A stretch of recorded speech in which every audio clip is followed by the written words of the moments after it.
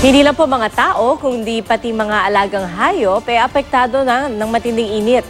Alamin ang ilang paraan para maiwasang malagay sa alanganin ang inyong mga alaga sa report ni JP Soriano.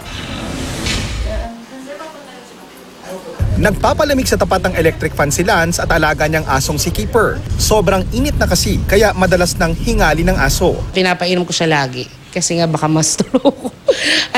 Usually pag mainit, yun yung kalaban nila eh. Ang asong si Kela, pina-summer cut naman ng may-ari ang balahibo para mapreskuhan. Kahapon, umabot sa mahigit 50 degrees Celsius ang init factor o heat index sa ilang bahagi ng Pilipinas. Ayon kay Kapuso Veterinarian at Born to be Wild host Doc Fertz Resio, kung sobrang init na ito sa tao, mas mainit pa ito sa mga aso, kaya pwede rin silang ma-heat stroke.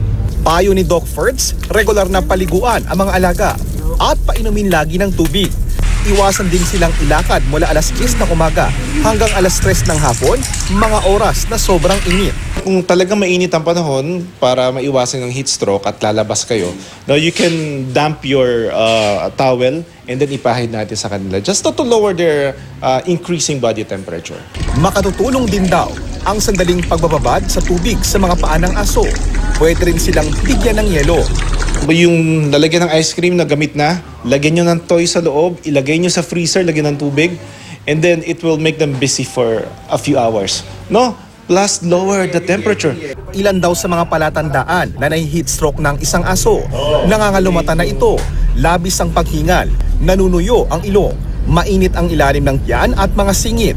Kung na-heat stroke ng alaga, dalhin ito sa malamig na lugar. Bigyan ng malamig na tubig at huwag namang buhusan ng tubig. Sa halip, punasan ng basang-basahan ang katawan.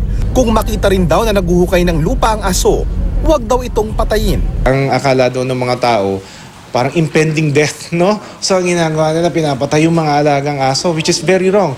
Dogs do that because yung lupa has a cooler temperature, no? Pero di lang mga aso, kahit anong alagang hayop gaya ng pusa, ibon, at maging mga isda sa inyong mga aquarium, dapat ilagay sa preskong lugar at iiwas sa direktang sikat ng araw. JP Soriano, GMA News.